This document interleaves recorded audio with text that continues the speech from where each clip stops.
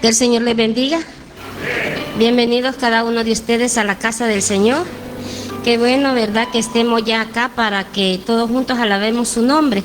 Les voy a suplicar que se pongan en pie. Vamos a pedir la bendición para este culto.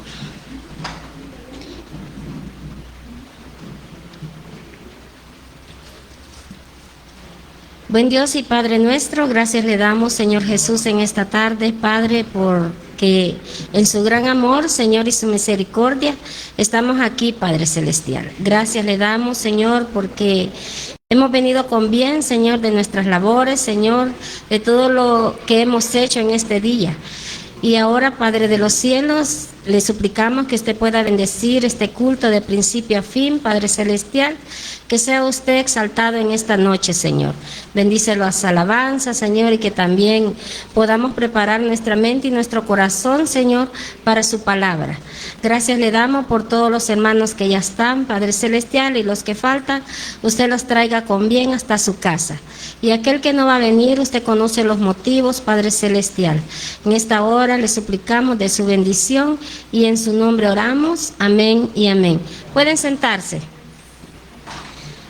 Vamos a comenzar alabando el nombre del Señor con el himno número 197.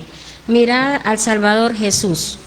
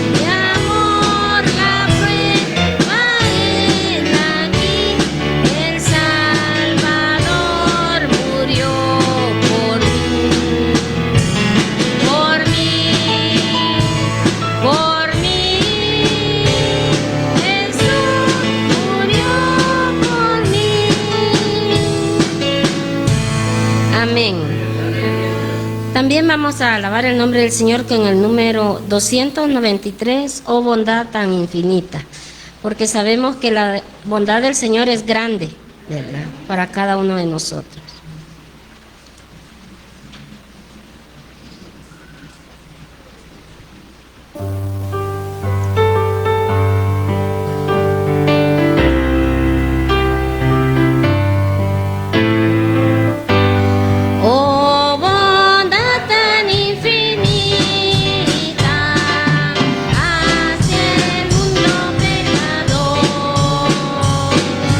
Dios en Cristo revelado.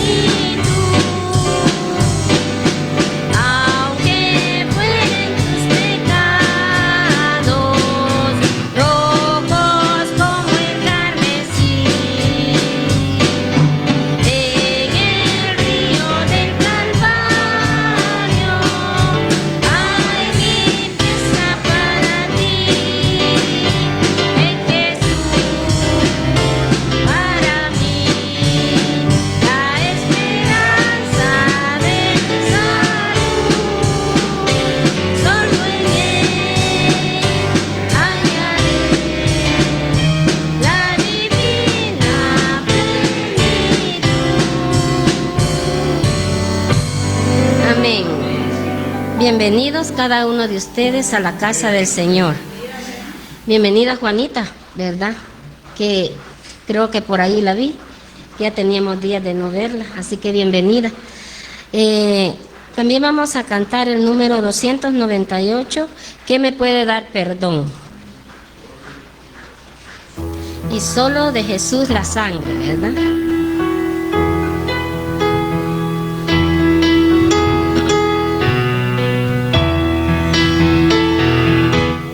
¿Qué me puede dar perdón? Solo de Jesús la sangre y un nuevo corazón. Solo de Jesús la sangre. Precioso es el raudal que limpia todo mal. Hay otro manantial, solo de Jesús la sangre. Fue el rescate eficaz, solo de Jesús la sangre. Trajo santidad y paz, solo de Jesús la sangre. Precioso es el raudal que limpia todo mal. Hay otro manantial, solo de Jesús la sangre. Creo para mi salud, solo de Jesús la sangre.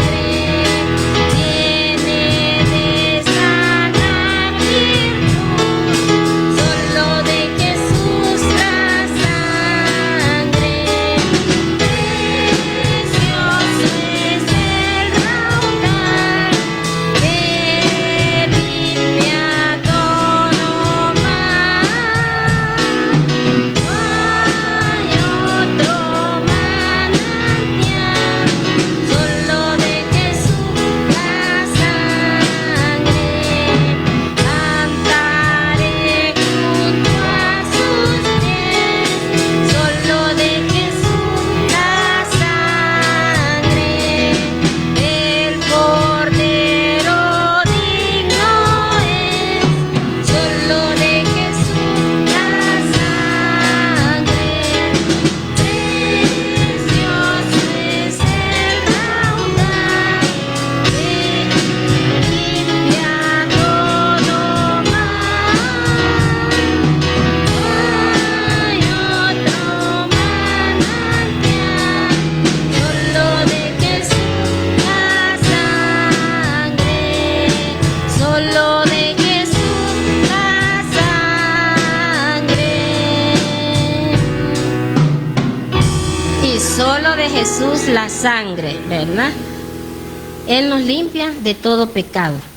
También vamos a seguir alabando el nombre del Señor con el número 313, ven amigo Jesús.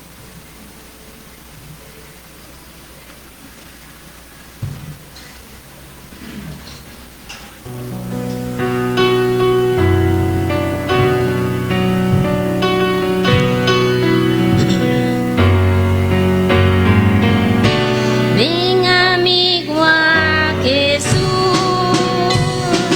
pues Él murió por ti. Recibirás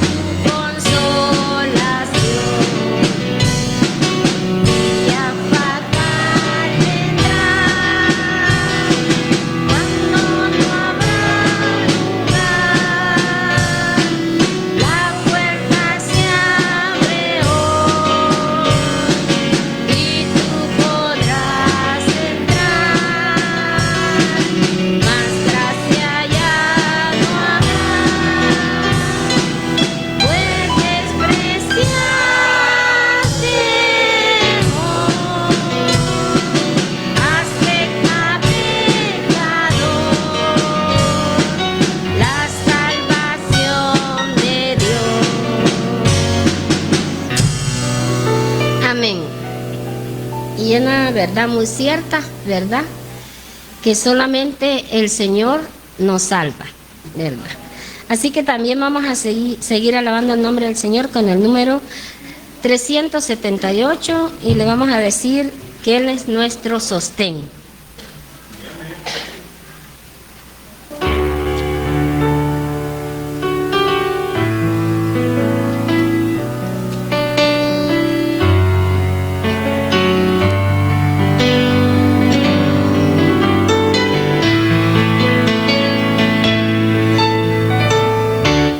Noble sostén de la esperanza mía, fuente bendita de la vida eterna, tan solo del alma, en tu fuerza fría tiene paz.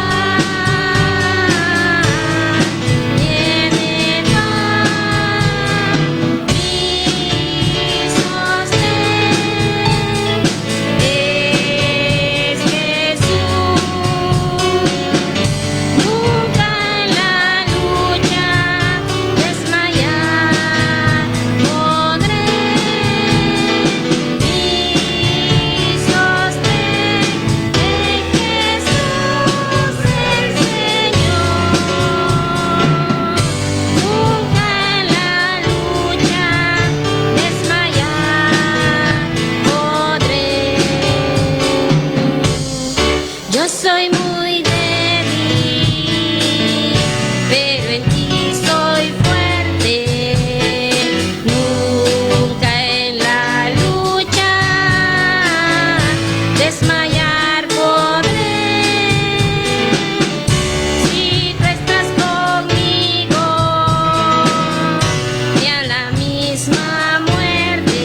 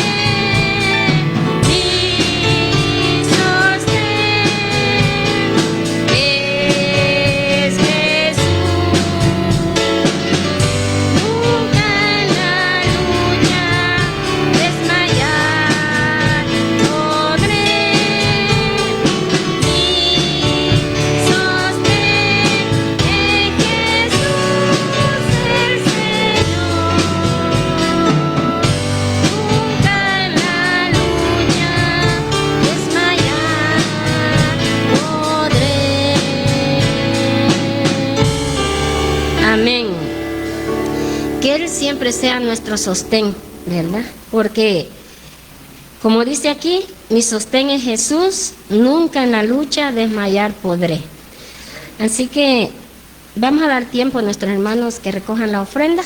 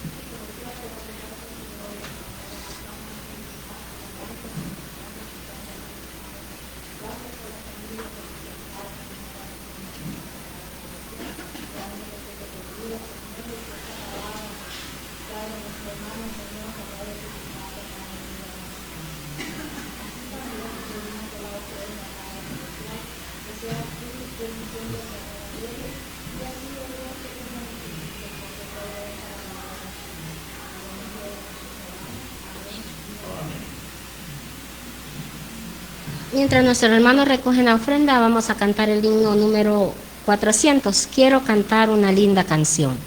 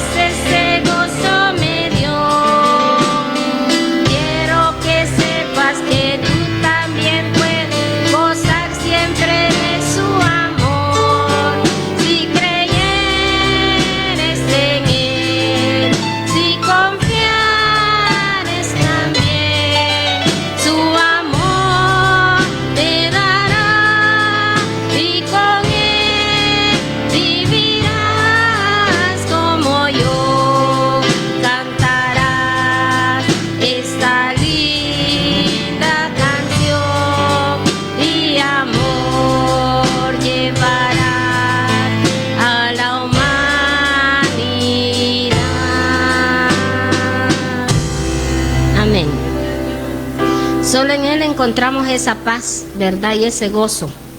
Solo en nuestro Señor Jesucristo. Con esto hemos alabado el nombre del Señor y los anuncios, ¿verdad? Para el día de mañana.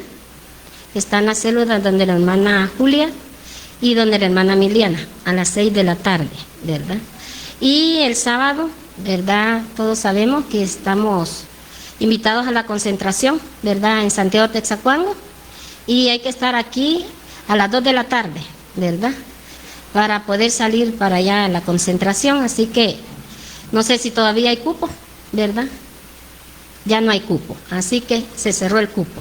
Así que todos los hermanos que se anotaron, ¿verdad? El día sábado a las 2 de la tarde. Y el día domingo, nuestro culto general a las 7 de la mañana. Y la escuela dominical a las 9. Así que con esto, ay, perdón, a las 4 los caballeros, disculpe, hermano. Hay que acostumbrarse. Así que, eso ha sido, hermano, con esto hemos alabado el nombre del Señor, así que queda con usted nuestro hermano pastor. Que el Señor les bendiga.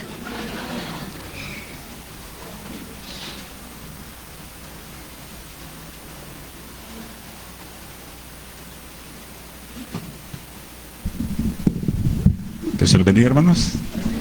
Cierre sus ojos, por favor.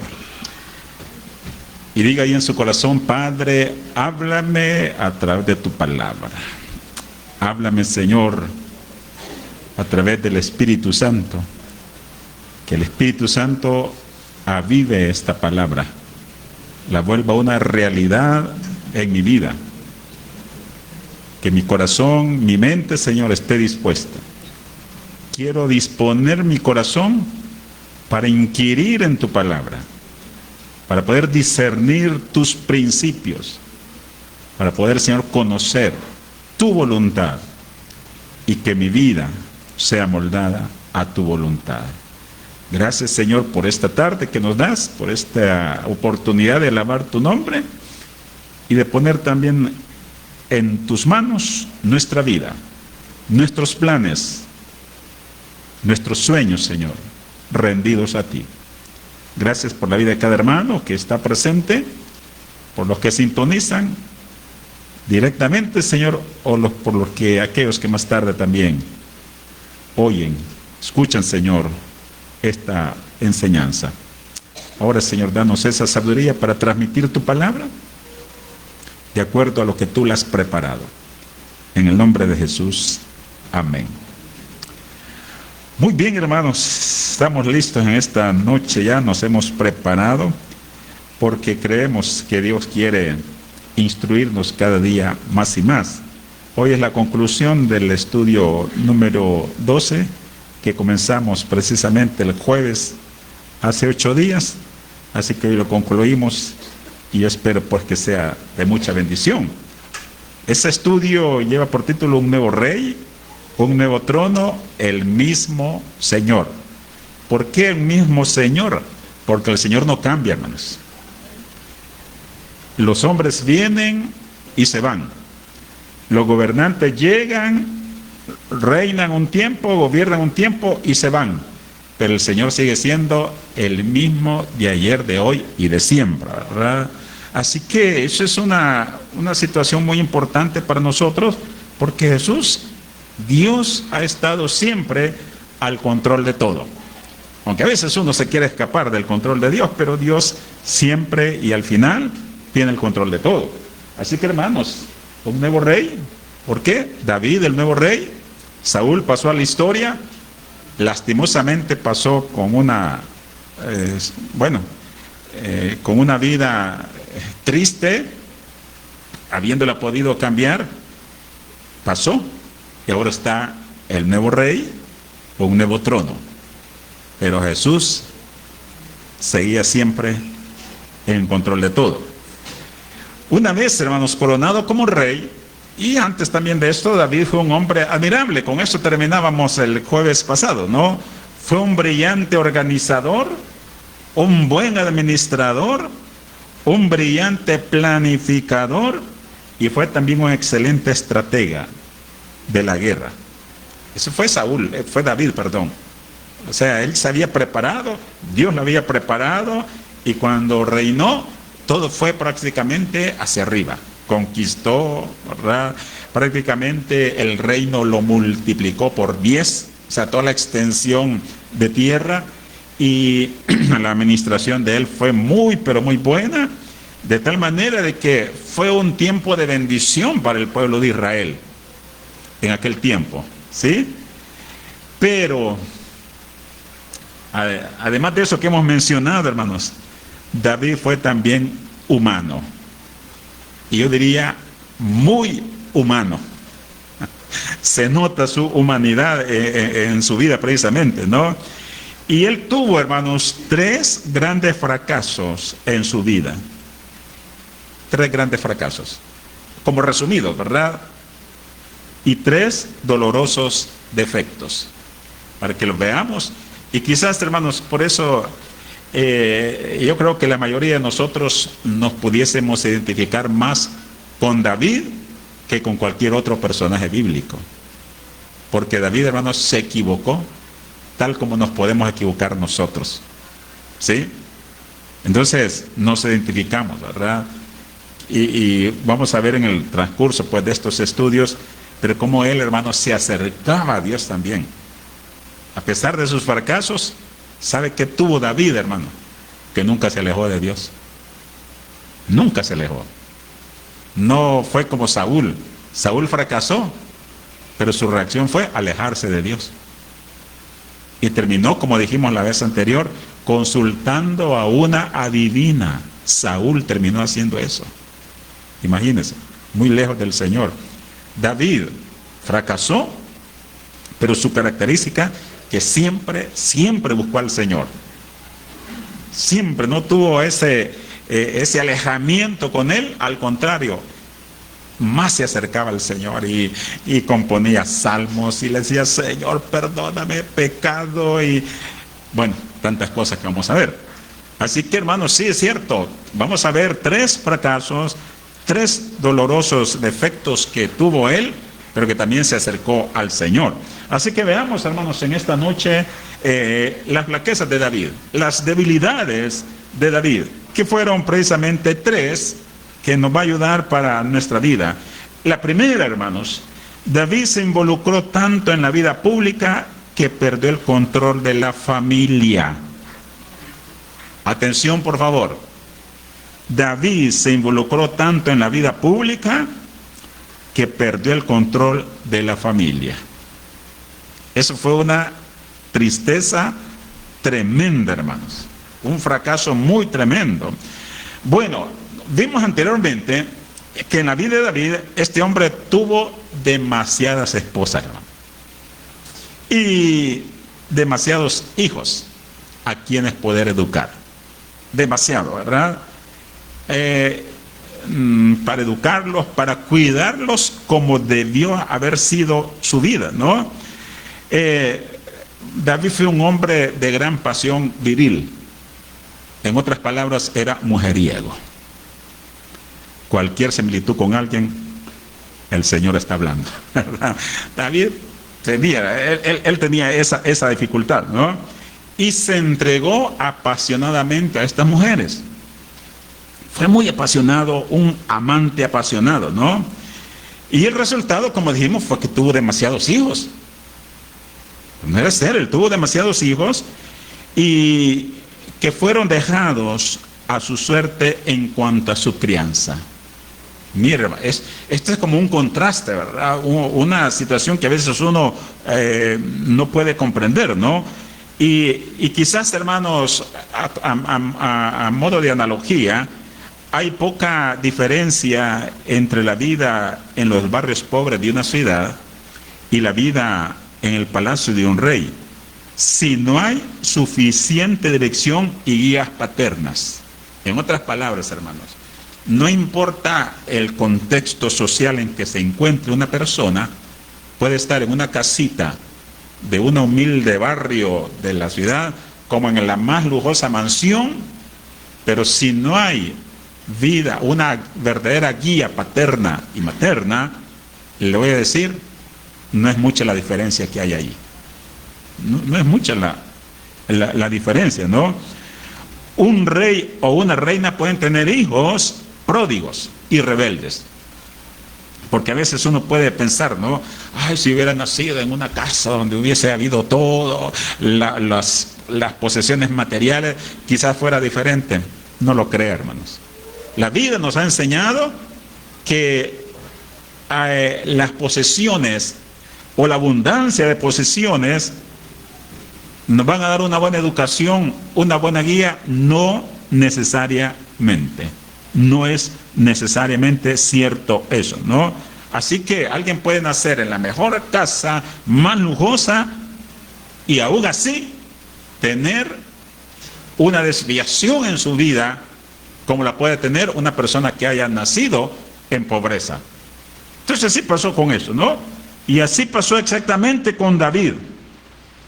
En el apogeo de su reinado, porque él reinó muy bien, y cuando se están produciendo estos admirables resultados de su vida, de su liderazgo, ¿no? Es evidente, hermanos, que también David se había desconectado de su familia.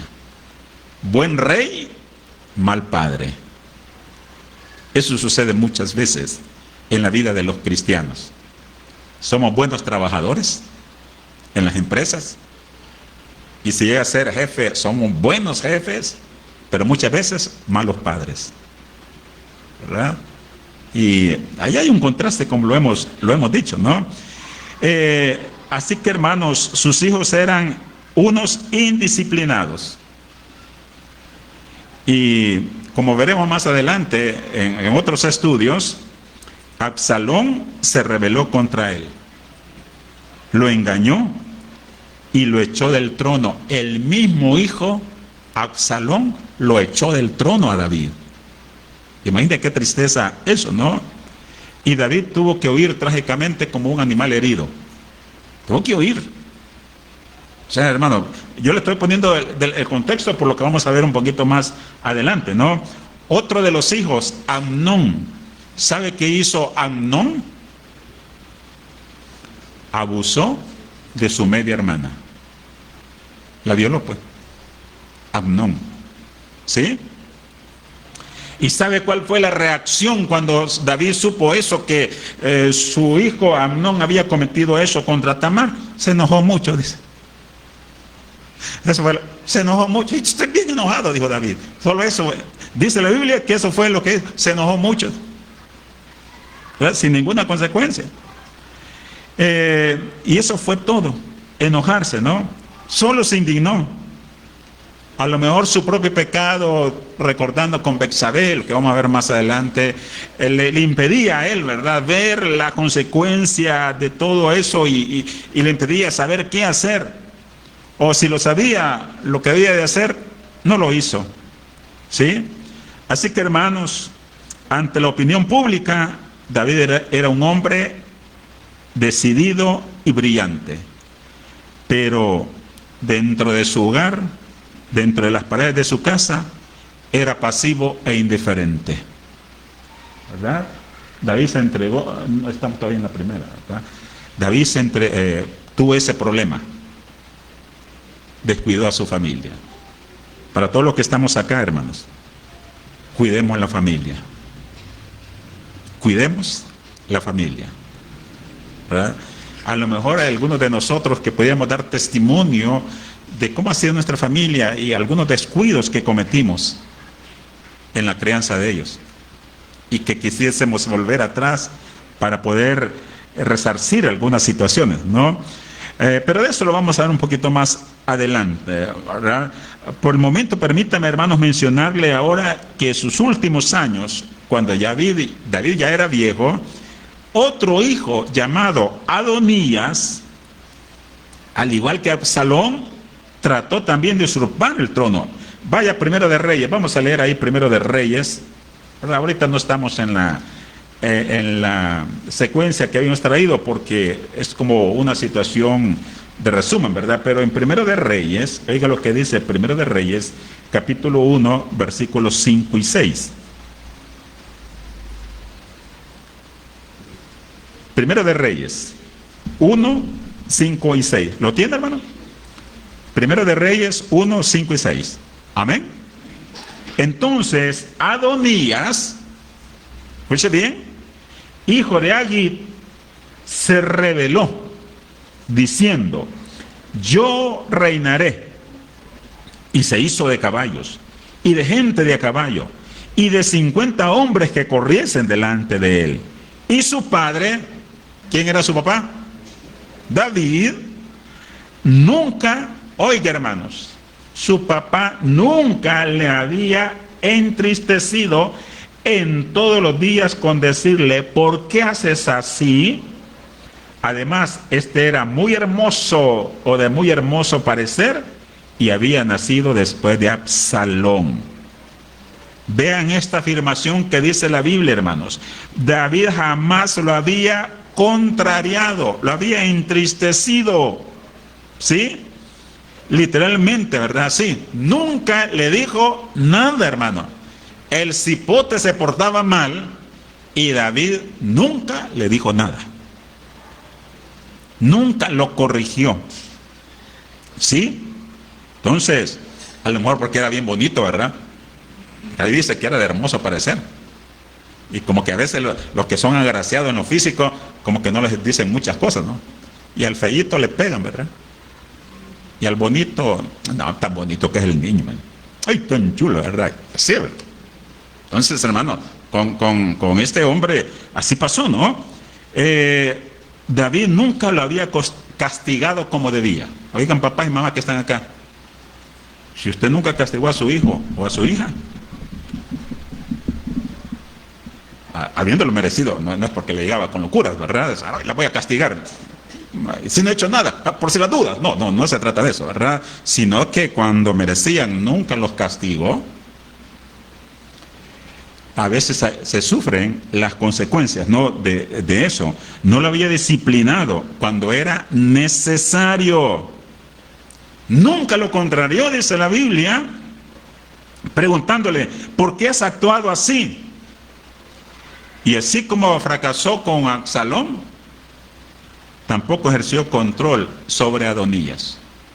Oiga, hermano, le estoy recalcando esto, ¿verdad? se involucró tanto en la vida pública que perdió el control de la familia. No pudo guiar, controlar a su familia, ¿no? Pero el punto que quiero enfatizar, o sea, podría seguir hablando de estas situaciones, pero el punto que quiero enfatizar es claro. David fue absorbido de tal manera por la vida pública que perdió el control de su familia. Grave error, hermanos. Porque la familia es el centro de la sociedad. Una familia destruida, una sociedad destruida. ¿Sabe por qué nuestro país fue destruido, hermanos, socialmente con los jóvenes? Porque se descuidaron los jóvenes. Una generación casi perdida. Una generación prácticamente perdida. ¿Sí? Hoy se está tratando de salvar esta generación que viene. ¿Pero por qué, hermanos? Porque no se corrigieron a los hijos. Es más, ni a los alumnos se podían corregir aún. Hay como ciertas restricciones, ¿verdad? ¿Sí? Y salía allí, bueno, en las redes sociales salía como una caricatura, decía, en los años 80, si el cipote salía mal y le entregaban la libreta de notas, ¿verdad? Y todas notas rojas, ¿verdad? 5, 4, dice, el papá le pregunta, ¿qué son estas notas, hijo? ¿Verdad? Y en los años 2000 para acá, dice, y la misma, ¿verdad? La misma libreta, pero el reclamo era ahora para la maestra. Maestra, ¿qué son estas notas? ¿Por qué? Porque no se quiso corregir a los hijos. Entonces, hermano, uno puede tener una vida pública maravillosa, como dije anteriormente, buen trabajador, buen jefe, lo que sea, pero a veces podemos fallar en el control de nuestra familia. Grave error. Así que los que tenemos hijos pequeños, pidámosle al Señor que nos dé sabiduría, hermanos, para crear hijos de acuerdo a los propósitos de Dios. ¿Es fácil? Por supuesto que no, hermanos. Difícil criar hijos que vayan de acuerdo a lo que Dios quiere que hagan. Pero eso es, hermanos, su familia, esos son los hijos suyos, y que Dios nos dé sabiduría. Y si usted es abuelo, entra también dentro del propósito. Porque así pasó con la mamá y la abuela de Timoteo. ¿Sí? Así que no evada su responsabilidad, mamá. ¿Verdad? Como a veces hemos dicho que el papá es la cabeza del hogar, lo cual bíblicamente así es. Pero a veces el papá falla. Los papás fallamos. Y la mujer o la mamá tiene que hacer, ¿verdad?, el esfuerzo de criar a sus hijos, pero vale la pena, hermano, vale la pena. Y con la ayuda del Señor, usted puede ser una mamá que sí guía a sus hijos. Si es que el papá falla, el llamado es el papá a ejercer disciplina. Así que todos los papás que están acá, por favor, amárrese bien el pantalón, ¿verdad? Y ejercer disciplina correctamente, como debe de ser, no en locura, ¿verdad? No en desquicio, sino como debe de ser. Pero David involucró tanto en la vida pública que perdió el control de su familia.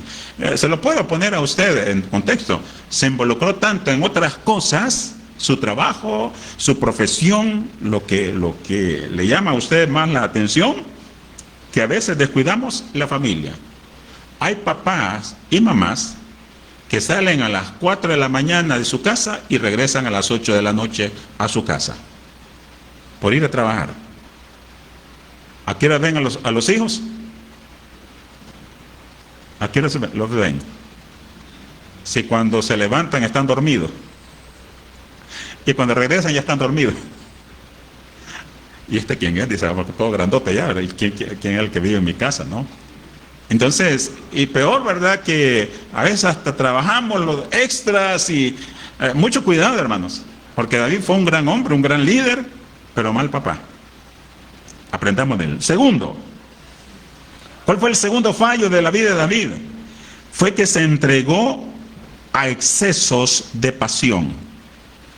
Mire, David lo que hizo, hermanos, lo hizo con todo su corazón. Esa fue una característica, ¿verdad? Por eso dice la Biblia que David fue un hombre conforme al corazón de Dios, porque amó a Dios con todo el corazón. Él era un apasionado.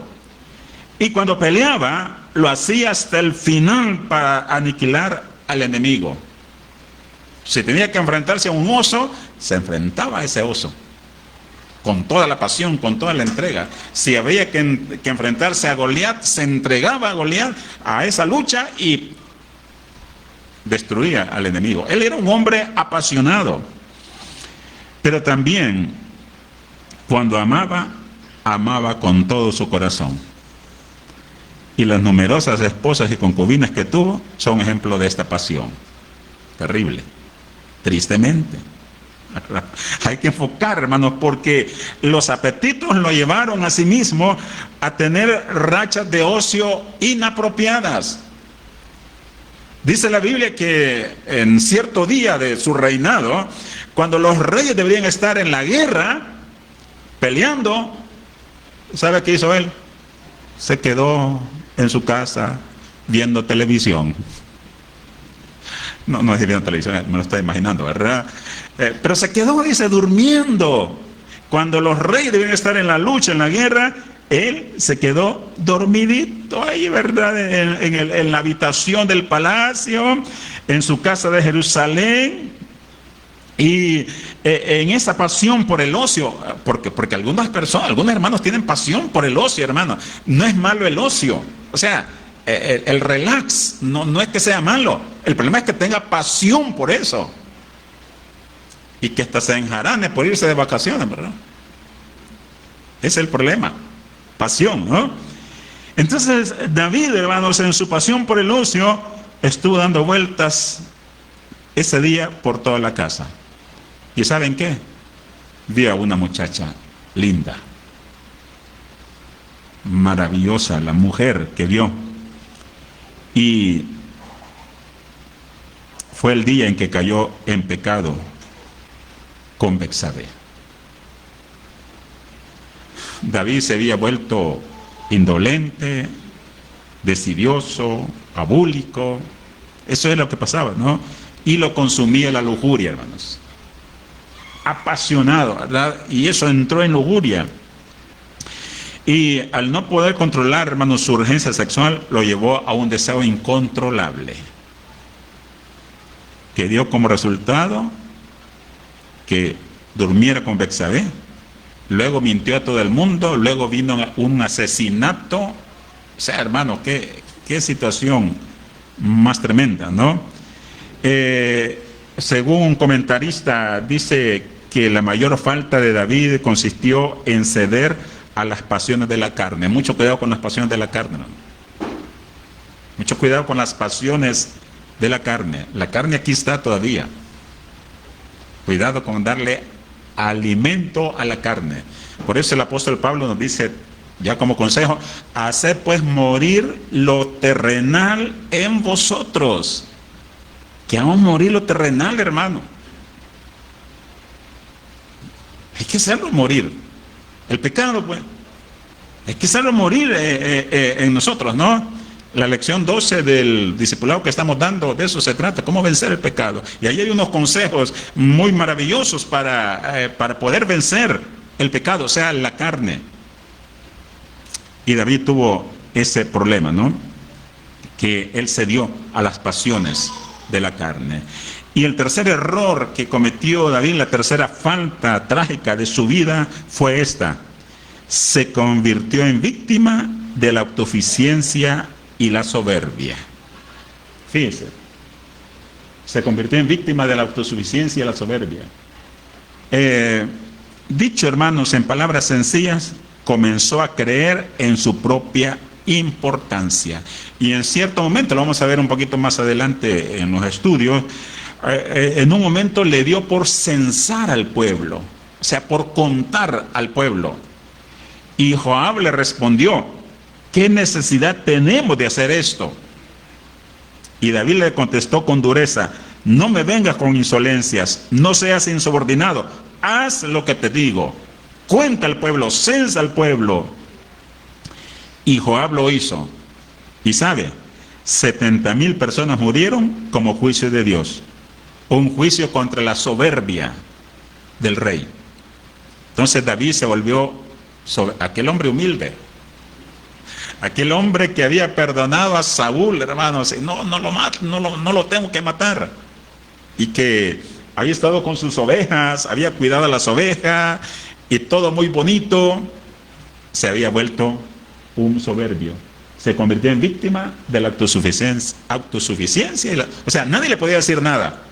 Qué triste cuando alguien sube en una posición, ¿verdad? Ya sea en su trabajo o en la sociedad, y de repente se encuentra en que ya es autosuficiente y no admite que le llamen la atención.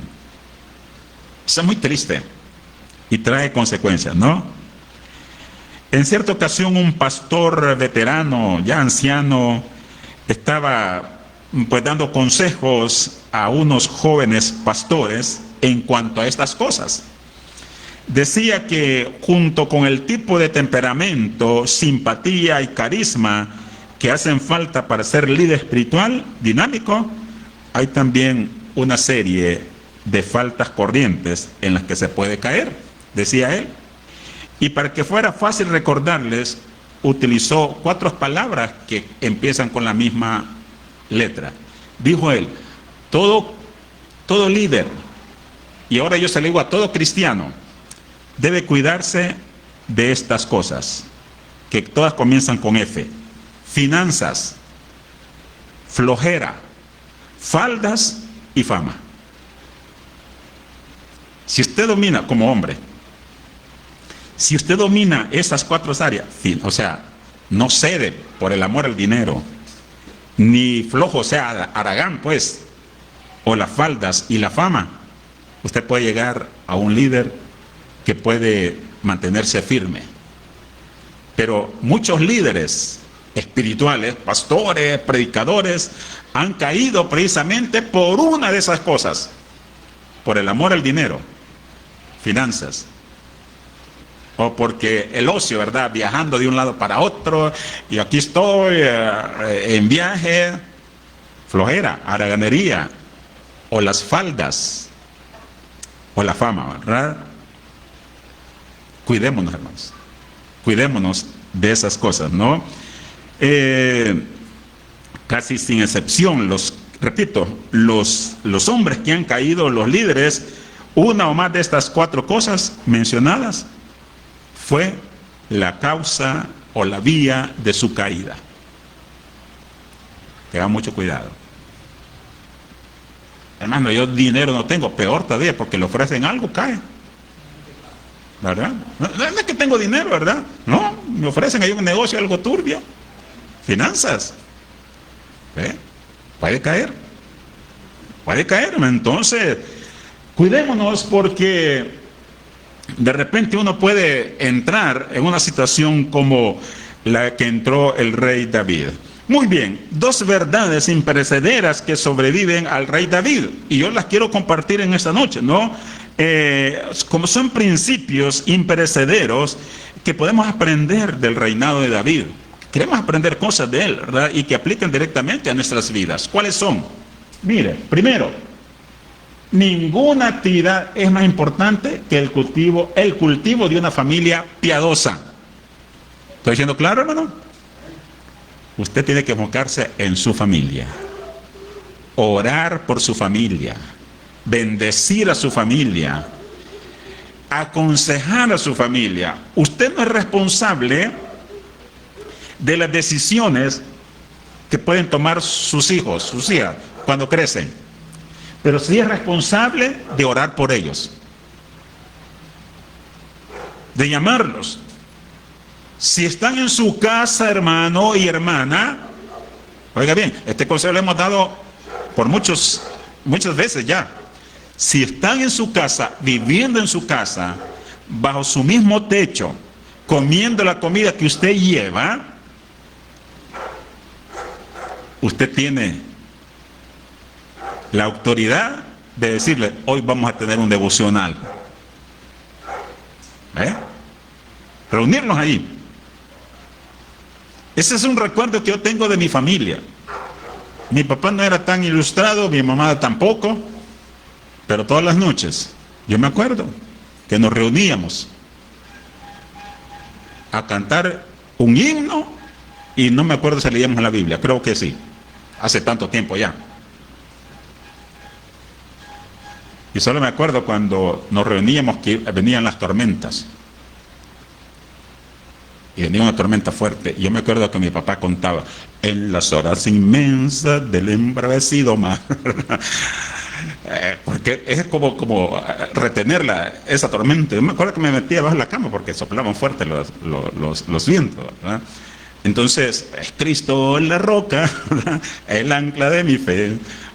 Y cantábamos ese himno en las tormentas. ¿Sí? Y de alguna manera, bueno, mi familia, mis hermanos, mis hermanas, fuimos influenciados por la palabra, por esas reuniones. Cuando ya crecieron, o ya crecimos, pues cada quien tomó sus propias decisiones. Pero yo no puedo acusar a mi papá a mis papás que nunca hicieron lo que tenían que haber hecho. Ellos son libres de las decisiones que nosotros pudimos haber tomado, ¿verdad? Entonces, ninguna actividad es más importante que el cultivo de una familia piadosa. Ninguna, hermano. Si estamos descuidando a la familia por el trabajo, por las ocupaciones que tenemos, reflexionemos en eso, hermano. Reflexionemos. Porque es muy importante, ¿no? Que lo tengamos en cuenta. Así que, y si usted está acá y todavía tiene familia, todavía hay esperanza, hermano. Todavía hay esperanza, ¿verdad? Hermano, ya no puedo, ¿y qué voy a hacer ahora? Ahora, hermano, Dios puede resarcir, Dios puede, hermano, sacar de cenizas algo maravilloso para la vida de su familia. No se rinda. Se puede decir, hermano, mi familia no es lo que yo he querido, pero Dios es poderoso para transformar cualquier situación familiar, por muy fracasado que uno pueda sentir. Ya no hay esperanza para mis hijos. Claro que sí, hermano. Claro que sí. Entonces, pero tengamos eso, ¿verdad? Que la importancia del cultivo de una familia piadosa. Oremos con nuestros hijos y por nuestros hijos. Oremos, no se rinda de orar. Y repito, mientras esté en su casa, usted tiene toda la autorización de que ve. Es que no quieren. Si usted le dice, hijo, estás aquí en mi casa. Y los que viven en mi casa, pues también hacemos cosas espirituales, ¿verdad? Ah, pues no me gusta, me voy de la casa. Ay, no te vayas, hijo. Déjelo, hermano. Que vaya a comprobar cómo es la vida fuera de casa. Porque a veces piensa uno que uno llega ya a la casa suya y dice, sea la luz y fue la luz. No, hermano. Cada mes hay que pagar la luz. Y ellos piensan que todavía van a golpear la roca y va a salir agua. No, hermano, sale agua, pero hay que pagar esa agua. Y después dicen, mejor voy a regresar donde mi papá. ¿Por qué? Porque la familia es muy importante. Y segundo, hermanos, segunda verdad, ningún rasgo del carácter es tan necesario como la verdadera integridad. Oiga, hermano, ningún rasgo del carácter es tan necesario como la verdadera integridad. ¿Qué quiere decir eso? Íntegro es aquella persona que es cuando está solo. Eso es integridad. Su comportamiento cuando está solo. Ese es usted, ese soy yo, cuando estamos solos. Cuando estamos en familia, ¿cómo nos comportamos? ¿Cómo nos comportamos? ¿Verdad? Entonces, hay que tomarlo muy en cuenta. Porque podemos tener una cara pública. Y está bien tener una cara pública.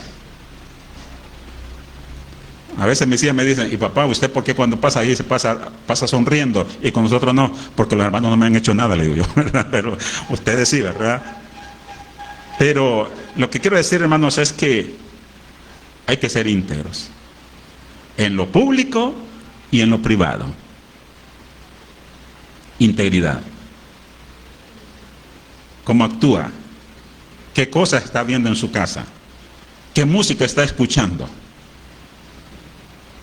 Solo pregunto, ¿la música que está escuchando en su casa la podemos poner en estos parlantes? Así de sencillo, ¿verdad? Y que todas las hermanas aquí oyendo la música que oímos, íntegro. Así como se comporta usted en su casa, que grita, que tira platos, ¿puede comportarse aquí también en el templo? Íntegro. Eso es ser íntegro, hermano. Así que ningún rasgo del carácter es tan necesario, se lo estoy repitiendo, como la verdadera integridad. Y eso, hermanos, cuesta. Fíjese, hermano, pasemos ahí. Yo le voy a presentar esto que va a aparecer ahí. Usted quizás no conoce a esa persona. Ni yo lo conocía, no, que ahora que estaba preparando esto me di cuenta quién era. Él se llamó Christian Barnard. Christian Barnard. Quizás los que estudian medicina podían identificarse con él o podían identificarlo. ¿Quién fue este hombre? Este hombre fue un sudafricano, no era africano, sino que él es blanco, ¿verdad? Fue hijo de un pastor en Sudáfrica, de un misionero en Sudáfrica, ¿sí? Christian Barnard. Él fue el primero que hizo un trasplante de corazón humano, allá por el año 1968-69. Primer médico que hizo trasplante de un corazón humano. Nadie, cuando propuso eso, todos lo tenían por loco. No, eso nunca ¿cómo vamos a hacer eso, verdad? ¿Cómo vamos a hacer eso? ¿Cómo? Eso no se puede hacer y no se debe de hacer. Pero él tenía la convicción de que sí se podía hacer. Ya había practicado con animales. Entonces, había un hombre de unos 50 y tantos años que estaba enfermo con una enfermedad terminal y ya le quedaban meses de vida. Y él le propuso a ese hombre que podían hacer un trasplante de corazón y solo había que esperar el donante del corazón. Y resultó que una muchacha con su mamá tuvieron un accidente y la muchacha quedó con daño, con muerte cerebral. O sea, que estaba con vida pero con aparatos. Sí, o sea, el cerebro ya no le funcionaba. Y pidió permiso al papá de esa muchacha para quitarle el corazón y ponérselo al hombre a quien le iba a hacer el trasplante. Y lo hizo. No obstante, pues el hombre que recibió el trasplante no duró mucho tiempo, duró unos 19 días, 20 días, y al fin murió. Porque para que el corazón funcione hay que aplicarle algunos medicamentos para que no lo rechace, el cuerpo no rechace a ese cuerpo extraño. Entonces, por tanto medicamento que tuvieron que ponerle, el hombre murió. Pero el siguiente año lo volvió a intentar. Entonces ya al quien habían trasplantado el corazón, ya duró un poco más. Y así. Hubo unos que duraron hasta 20 años con un corazón trasplantado. Le alargó un poco la vida. Pero no quiero hacer el enfoque, ¿verdad? Sino que debido a eso, este hombre se hizo famoso. Se hizo tan famoso que empezó, hermanos, a sonar su nombre en todos los ámbitos sociales y del mundo. Era invitado a dar conferencias y famoso, muy famoso. Pero junto con la fama vino también el descuido de la familia. Y él, antes de hacer el trasplante, ya se había casado, tenía 2 hijos. Tenía 2 hijos. Y por andar metido tanto en eso, y a él le gustaba la fama, él decía en su autobiografía que le gustaban las cámaras, que lo estuvieran enfocando, y se sentía como un doctor, ¿verdad? Así como famoso y guapo y atractivo, y empezó a tener problemas, aún con mujeres, estando casado. Tanto que su esposa, con quien se casó, era una enfermera con quien se había casado, un día lo estaba esperando. Después de muchos días, muchos meses de estar ausente, y cuando llegó al aeropuerto, la estaba esperando para decirle que qué había pasado con la familia, por qué la había descuidado. Y él le dijo, tenía conferencia, bueno, tantas cosas que tenía que hacer. Y para no hacerle largo el tiempo, dice que él perdió a su familia, por lo menos la primera familia, con quien había iniciado, con quien había luchado, y cuenta así, ¿verdad? Que por la fama perdió a su familia. Se casó 2 veces más, pero tuvo innumerables aventuras con mujeres. Sofía Loren.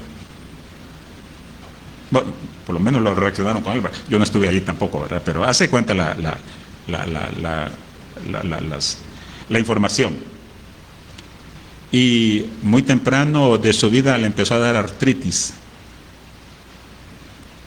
Y por la artritis, usted sabe, la artritis ya no tiene movimientos en las manos, los dedos, ya no pudo seguir operando como él lo hubiese querido, ¿verdad? Y él dice, en cierto momento de su autobiografía, quise decirle que había vuelto, o sea, a su familia, quise decirle que había vuelto a casa porque amaba a mis hijos y porque creía amarla a ella, y que lo hice porque lo sentía. Pero, ¿qué podía decir ahora que no sonara algo sin importancia? Y él dice, había comenzado a llover en la ciudad y la ciudad se veía gris bajo el cielo gris. Era invierno en la ciudad del Cabo, en Sudáfrica, mientras que en Minneapolis, donde había estado, era tiempo de primavera. ¿Cómo era posible, dijo él, que me perdiera toda una primavera? Por la fama, por todo lo que había tenido, ¿verdad? Entonces, hermanos, por eso decimos, ¿verdad? No todos pueden dominar esas 4 áreas: finanzas, la fama, las faldas, ¿y cuál fue la otra que dije?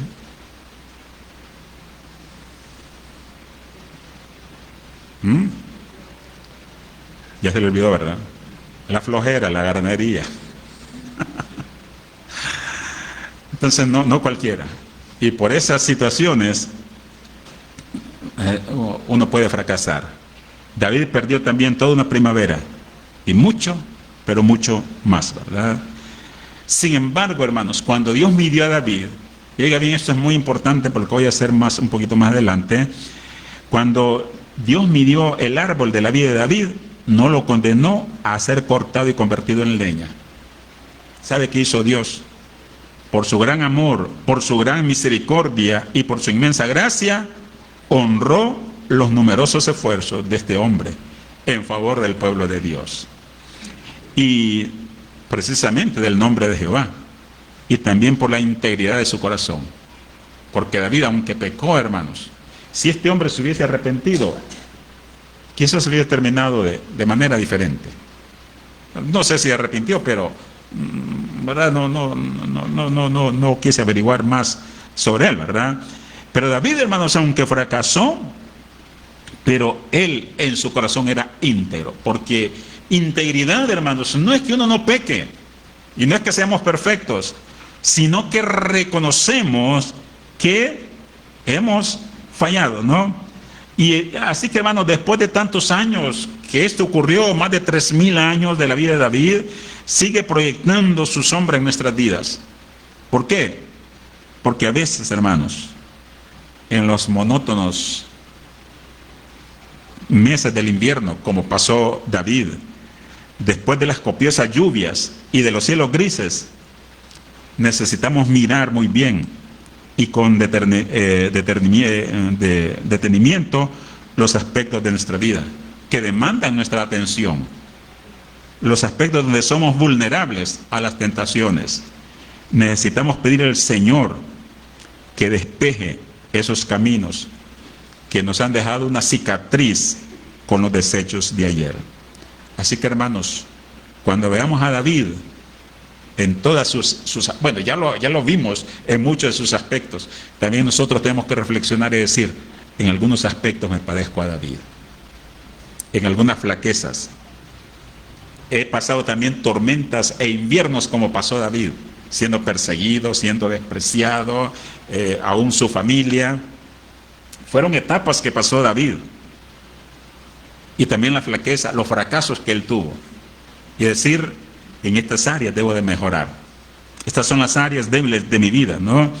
Y de alguna manera también, hermanos, necesitamos ser personas íntegras, para quienes lo que quedó atrás es importante, de modo que no nos ocurra lo mismo como a nuestros hijos hoy.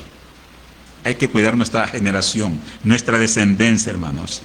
Y no hay persona o causa digna que el enemigo de nuestras almas no quiera destruir. Es decir, Satanás, hermanos, quiere destruirnos. Oiga bien eso. Satanás lo busca no para darle un premio. Dice la Biblia que Satanás vino ¿para qué? Matar, robar y destruir. Eso no son recompensas, hermano. Así que el enemigo nos tiene enfocados, ¿sí? Y le encanta al enemigo multiplicar sus victorias, vernos derrotados. Le encanta al enemigo. Me imagino que cuando David cometió esta flaqueza, cayó en esa flaqueza, el enemigo dijo, jaja, qué fácil estuvo esto. Y me imagino que también con nosotros, ¿verdad? Cuando caemos en nuestra debilidad, el enemigo dice, lo logré otra vez. Pero sabe, hermanos, algo. Si David estuviera aquí, nos diría que tuviéramos mucho cuidado. Porque el enemigo está siempre en acecho, buscando obstinadamente destruirnos. Eso es lo que hace el enemigo, hermanos. Así que por favor, tengamos eso, ¿no? Bien, hermanos, 3 lecciones permanentes aprendidas a cosa de vida. ¿Cuáles son las lecciones que aprendemos nosotros? Le voy a dar 3 nada más. La primera, hermanos, la prosperidad y la comodidad son peligrosas, no solo bendiciones. Uno quisiera ser próspero, y está bien. Está bien, la prosperidad y la comodidad son peligrosas. No solo bendiciones, no quiere decir que no son bendiciones, no, sino que son peligrosas también. ¿Sabe por qué, hermanos? Porque cuando hemos llegado quizás a la mitad de nuestra vida, uno empieza a tener prácticamente todo resuelto. Y por eso le hago una pregunta aquí. ¿Ha llegado usted a esa etapa de la vida cuando ya no tiene que preocuparse de aquellas cosas que suelen ocupar nuestro tiempo para conseguirlas? ¿Verdad? Porque ya lo tiene. Ya no tiene que estar afanado ahí. ¿Por qué? Porque ya tiene. Ya tiene una familia, ya tiene una casa. Si Dios le ha dado un vehículo, transporte, alguna cuenta bancaria allí. Entonces hemos llegado a esa vida cuando ya no estamos luchando. Y podemos decir que todo está resuelto, que estamos cómodos. Pero esos son momentos peligrosos y más frecuentemente de lo que parece.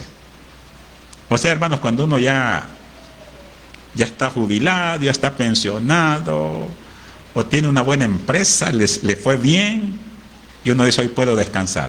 Mucho cuidado. ¿Por qué? La prosperidad y la comodidad son peligrosas. Porque muchas veces cuando uno está ocupado, ni tiempo le queda de andar pensando cosas malas, ¿verdad? Porque está ocupado. ¿Sí? Pero a veces uno se acomoda. Así que mucho cuidado, hermanos. Prosperidad y comodidad son peligrosos. No solo son bendiciones. Un trabajo bien pagado le da prosperidad, pero también puede ser peligroso. ¿Por qué? Porque antes, ¿verdad? Cuando no tenía trabajo, hasta buscaba el Señor, proveerme un trabajo, y usted oraba todos los días. Y le pedíamos al Señor, hermanos, oren por mí que encuentre un trabajo. Y cuando encontró el buen trabajo, ya no necesita oración. Porque ya estamos satisfechos, ya no andamos ahí, ¿verdad? No me va a alcanzar, mire, este mes trae 31 y no sé si voy a llegar hasta el 31, ¿verdad? Y empezamos así a hacer cuentas. No, a veces uno tiene más que suficiente. Prosperidad, pero pueden ser peligrosos. Segundo, hermanos, el pecado escandaloso es la culminación de un proceso, no un acto repentino. Óigame bien esto, hermanos. Óigame bien esto. El pecado escandaloso, ¿cuál es el pecado escandaloso, hermano? Aquel que todo el mundo se da cuenta. ¿Verdad? Aquel pecado, ese es el pecado escandaloso, que todo el mundo se da cuenta. Es la culminación de un proceso, no un acto repentino. Ya vimos anteriormente, hermanos, en 2 Samuel capítulo 3, no lo busque, que David aumentaba cada vez más su fortuna y también su número de esposas. Su fortuna aumentaba, sus esposas también. Pero hago una pregunta. ¿Cuánto es bastante lo bastante? ¿Con cuántas esposas iba a estar contento y satisfecho David? ¿Con 20? ¿Con 50? Como Julio Iglesias, que ha tenido como 3,000.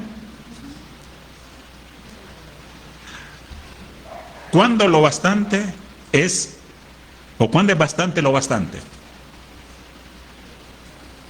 Cuando hay un vacío, nunca, hermanos. Nunca, ¿no? Entonces, cuando tuviera un harén lleno de ellas y no se sintiera satisfecho y buscara más para satisfacer su lujuria, ese fue el problema. Así que el pecado, hermanos, escandaloso no es un acto repentino, sino un proceso que llega a un punto de culminación. ¿Verdad? Y quien lo comete se dice a sí mismo en las primeras horas del día siguiente: no puedo creer que yo haya hecho esto. Así termina uno, ¿verdad? Al siguiente, ¿qué fue lo que hice? Le pegué a mi esposa, la dejé toda. ¿Qué fue lo que hice, verdad? ¿Sí? Y lo mismo pudo haberle ocurrido a David con seguridad. Al siguiente día de sus pecados dijo: ¿qué fue lo que hice? ¿Qué fue? ¿Cómo me metí en este lío? Fue un proceso, hermano. Fue un proceso, ¿verdad? No un acto repentino. Así que, hermanos, hay que tenerlo muy en cuenta. Cuidarnos, hermanos, todos los días. Todos los días tenemos que cuidarnos. Porque el pecado escandaloso, primero fue voy a tomar el de una infidelidad, por ejemplo. Primero fue una miradita colocha, ¿verdad? Después fue una platicadita. Qué bonita está. Su esposo va a estar bien contento con usted. No, y mi esposo no se fija. ¡Ay, qué barbaridad! Si usted fuera mi esposa. Fue un proceso, ¿verdad? Fue un proceso. Así que, hermanos, cuidémonos de esos granitos, ¿verdad? De esos granitos.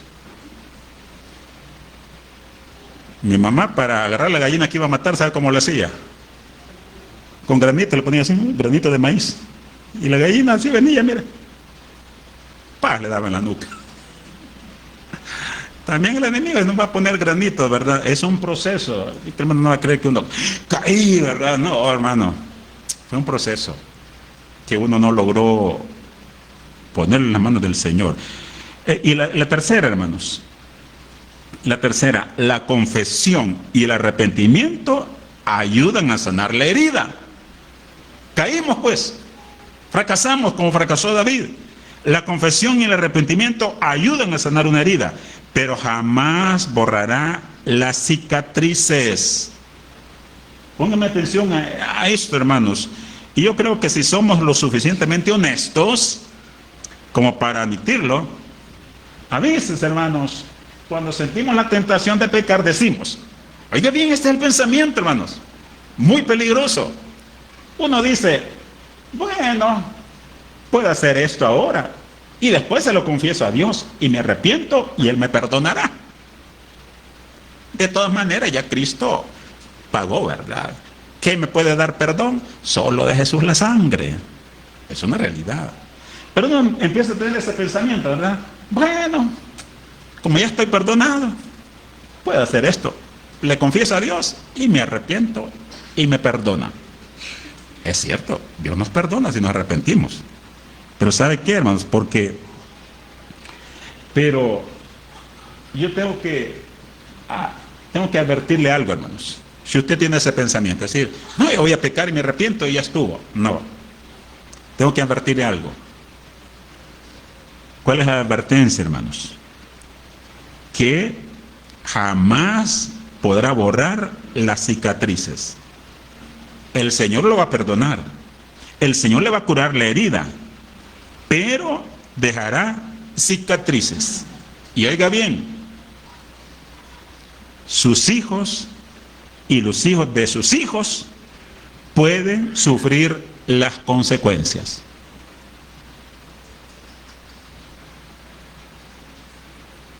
Y eso es lo más doloroso de todo, hermanos.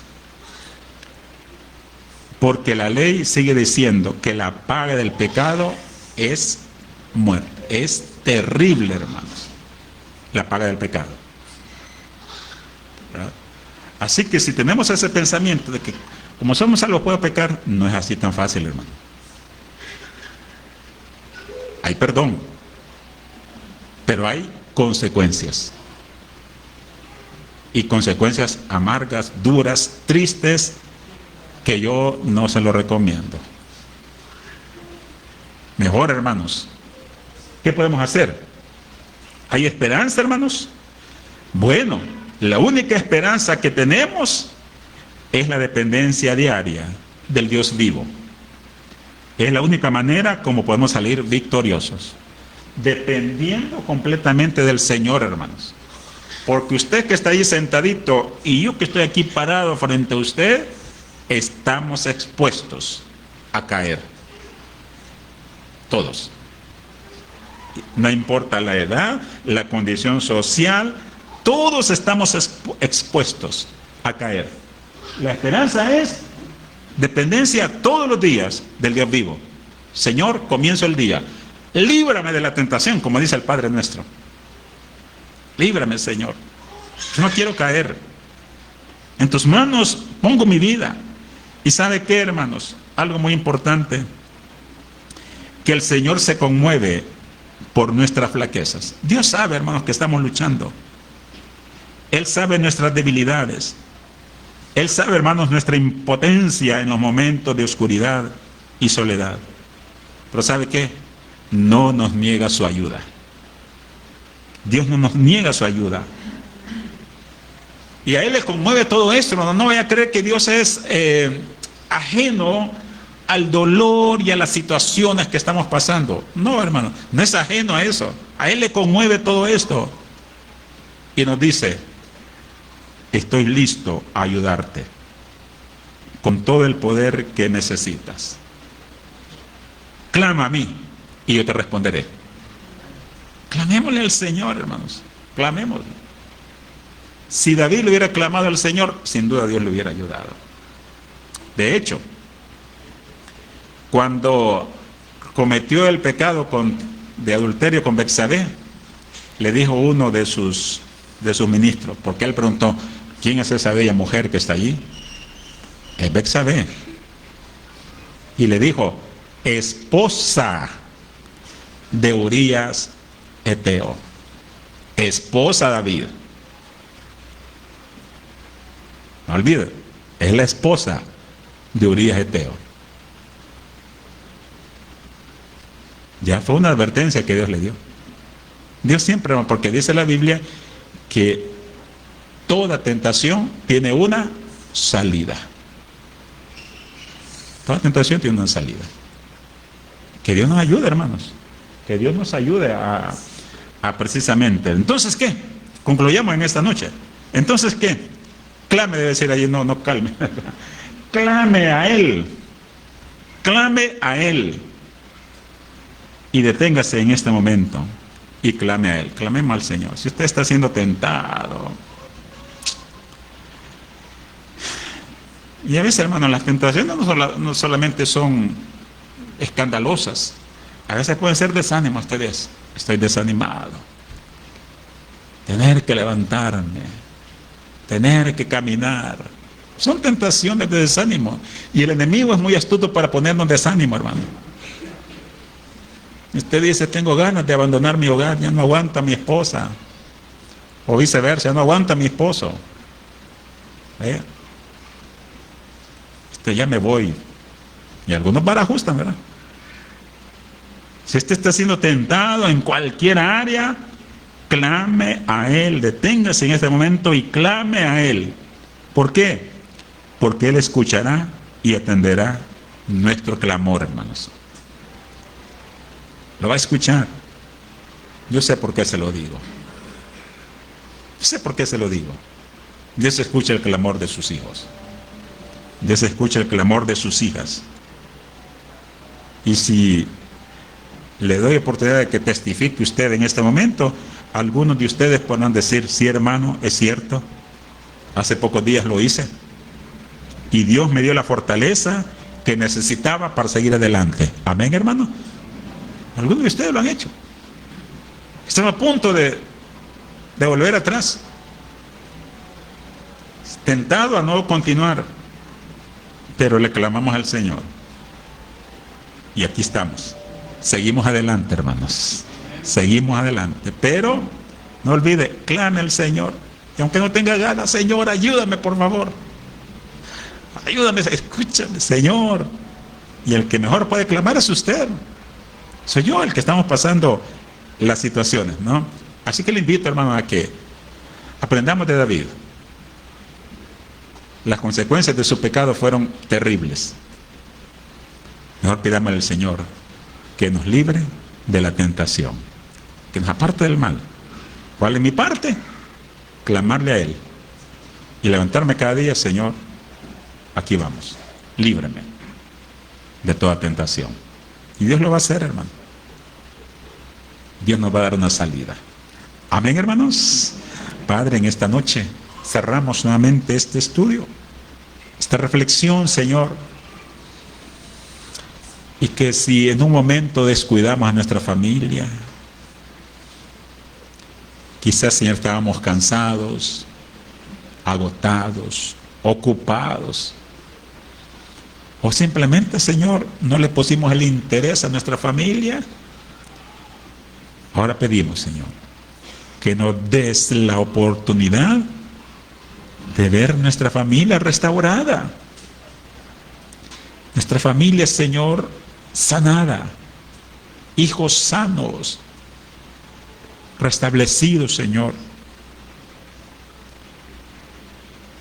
Si en algún momento nos descuidamos, Señor. O si en algún momento, Señor, la prosperidad que tenemos nos ha hecho autosuficientes. No necesitamos de nada ni de nadie. Porque estamos satisfechos, estamos cómodos, Señor. Tenemos mucho más de lo que necesitamos. Y eso, Señor, nos podría llevar a una autosuficiencia. A ser soberbios, Señor. A creer que todo lo podemos. Olvidando, Señor, que de ti viene el poder, la bendición. Ayúdanos, pues, Señor, a tener esa dependencia de ti. Cada día, cada momento, Señor. Que no dependamos de nuestro trabajo, de nuestra profesión, de lo que nos han dejado, Señor, sino que levantemos nuestra mirada hacia ti. Líbranos entonces, Señor, de caer en tentación. Que no pensemos, Señor, porque somos salvos podemos hacer lo que queramos. Tú nos llamas, Señor, a vivir una vida de santidad. Una vida, Señor, completamente entregada a ti. Entregada, Señor, a servirte. Danos, pues, Señor, sabiduría para discernir tu voluntad, tu propósito, Señor, para que nuestra vida sea de acuerdo a lo que tú quieres que hagamos, Señor. Gracias por tu pueblo reunido. Bendícenos, Señor. Danos sabiduría para que esta palabra lleve el fruto, Señor, o produzca el fruto para el cual tú la has enviado. Fortalécenos, Señor. Gracias, pues, Señor, por la vida. Gracias por la salvación. Gracias por las victorias que nos has dado. Gracias, Señor, porque nos das esa oportunidad también de clamar en cualquier situación. Y gracias por escucharnos, por ayudarnos a salir adelante. Llévanos con tu paz, tu bendición. En el nombre de Jesús. Amén. Que Dios les bendiga, hermanos. Pasen una feliz noche.